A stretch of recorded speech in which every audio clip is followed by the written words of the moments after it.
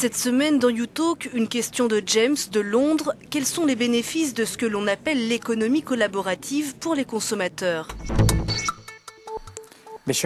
L'économie collaborative change la façon dont nous, consommateurs, nous achetons des biens et des services. Elle peut offrir de nombreux avantages pour les consommateurs européens.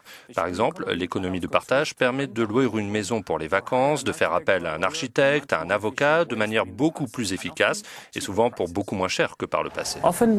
La plupart du temps, ces nouvelles plateformes facilitent la possibilité pour les consommateurs de partager des biens et des services. Aujourd'hui, il est très facile de diviser le coût d'un trajet avec quelqu'un que vous ne connaissez pas forcément, ou d'emprunter un outil de bricolage à un voisin auquel vous n'aviez jamais parlé avant.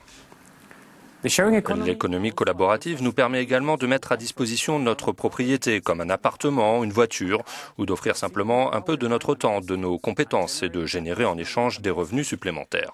Un paramètre qui pour beaucoup compte davantage en temps de crise. En même temps, cette économie vient poser des défis à nos politiques de protection des consommateurs auxquels doivent faire face les législateurs européens et nationaux. Les consommateurs ont besoin d'un environnement sûr qui va leur permettre d'avoir confiance dans ce nouveau modèle. Le défi le plus pressant est celui, pour les législateurs, de comprendre comment les règles nationales et européennes en vigueur s'appliquent ou pas aux activités liées à l'économie de partage. C'est assez flou pour l'instant.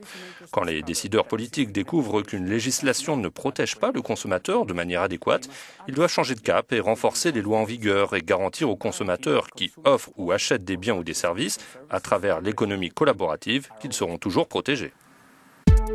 Vous avez une question ? Rendez-vous sur le site d'Euronews ou sur les réseaux sociaux.